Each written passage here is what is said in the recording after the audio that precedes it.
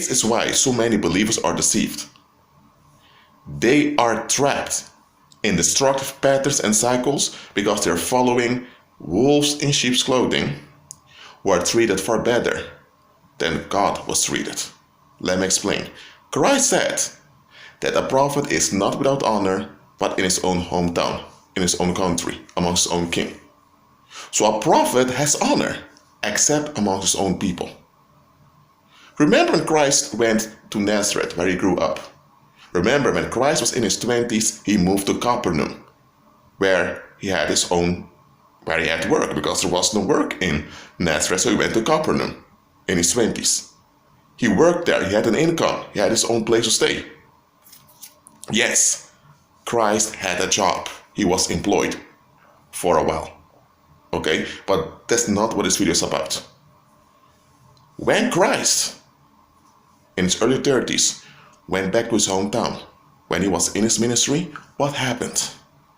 Attempted murder. That is what happened. I'm not going to have scholarly debates here about the New Testament. Some say Christ only went back once. Others said no, he went back twice. Whether he went there once or twice doesn't matter. In both cases, it's recorded he went to Nazareth. They treated him with hostility. They didn't want to receive him. They turned on him. Even his own blood relatives joined the opposition. And because of that, they hindered Christ from helping others. So they were so selfish and so narcissistic that they wanted Christ out, they wanted Christ away, that they didn't care that there were people that needed Christ. So there were people there with sicknesses, diseases that could have been healed, but they were fighting against the healer. That's how narcissistic those people were. So Christ went all over the place and he received honor.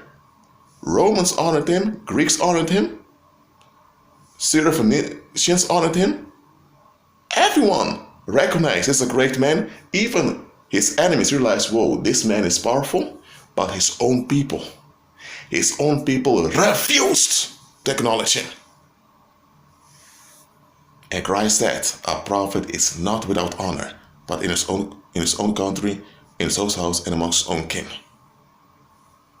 So, what did Christ tell us there? You'll be famous. You'll be praised. You'll be welcomed everywhere except by the people that grew up with you.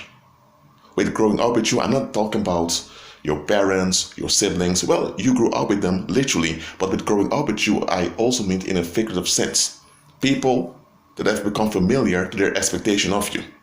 They're not familiar with you, they're familiar with their expectation of you, because they're holding on to their own black and white thinking. And based on that black and white thinking, they place you in a category. So the way they treat you is based on the category they provided to you, based on their own black and white thinking. So the you they think they know isn't really you, but they associate that image with you because that's based on themselves. So when you don't match that image they have in their head of yours, and they have no intention of examining their own thinking, now they're upset because you exist, but they don't want to deal with the real you, because the real you implies you need to change over here. So what will happen? They'll turn on you and blame you for their frustration. They'll turn into bitter enemies and they'll act to shut you down once and for all. Some will even rat you out to your enemies just to end your influence. And such people, such bitter opposers, will not be the wizards and warlocks that rule this world. It will not be the Illuminati. It will not be Hollywood gangsters. It won't be any of those. It will be those people that became familiar to the image they had of you. That is why when God wants to use you, he will isolate you from certain people. Because those people are dangerous. They will either sabotage you or they'll flat out turn on you to take you out. Why? Because they don't want to face themselves. They have their way of thinking, their will, their expectations, and they don't want to be challenged. Anything that challenges them is their enemy. That's their narcissistic thinking. And the moment you have a leverage that they can't control, that they can't deny, and that leverage you have impacts and affects them, and they can't stop that leverage, the moment that happens, they will escalate and they will even attack other people with nothing to do with your leverage. They will attack and harm other people. They will escalate just to relieve themselves because they don't know how to stop you. And then you will have the world turning on you, blaming you for what they're doing. I'm telling you, believers, stop expecting to be praised, welcomed, and honored by your own. Most of the time, it's your own that will turn on you. When you look at the Old Testament, who were the main people that persecuted, afflicted, and even killed the prophets? It were the Israelites. It were not the Egyptians, who were devil worshippers. The Egyptians were deeply involved in devil worship. Even archaeologists today will admit that. It were not the Egyptians, it were not the Greeks, the ancient Greeks they were also deeply involved in devil worship. That's why we have this Greek world system at the moment. It were not the Babylonians, nor the Assyrians, none of them afflicted, harmed, and even killed the prophets more than the Israelites. Their own kin, their own country, their own people. When Christ was betrayed, it was by one of his own. Even though the Roman authorities were the one that said, okay, this man has to be crucified, it were his own people that initiated and enabled it. Look throughout history, apart from biblical history, apart from the followers of God, even amongst worldly people, amongst unbelievers, the number one group that you will have against you are your own people. Most of the unbelievers throughout history that wanted to have a positive influence, they were shut down by their own. Because people are not willing to let go. They're not willing to receive better.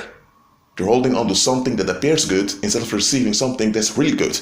They especially don't want something that's better, that frightens them. So they prefer the stinking old patterns that they're stuck in. And when you move away from those stinking old patterns, they're coming after you. So stop expecting to be welcomed, praised, and loved by your own. If you have some of your own that are on good terms with you, be happy with that. But if they're not believers, you're not walking by faith, do not expect them to embrace you. Cut it out. Do you seriously think you'll be treated better than Christ? You follow Christ. Christ is your head. And you claim you'll be treated far better than he is being treated? Are you kidding me? No, you won't. You never will. You will have people murmuring about you all the way into the lake of fire for eternity, blaming you that they are in the lake of fire. Yes, you will have such people. If they won't regard the man, God himself, why do you think they're going to regard you the right way? You need to have a leverage to overrule and outdo such creeps. That's why you walk by faith. Christ is the one putting you amongst all those predators, because he said, I stand you as sheep amongst wolves.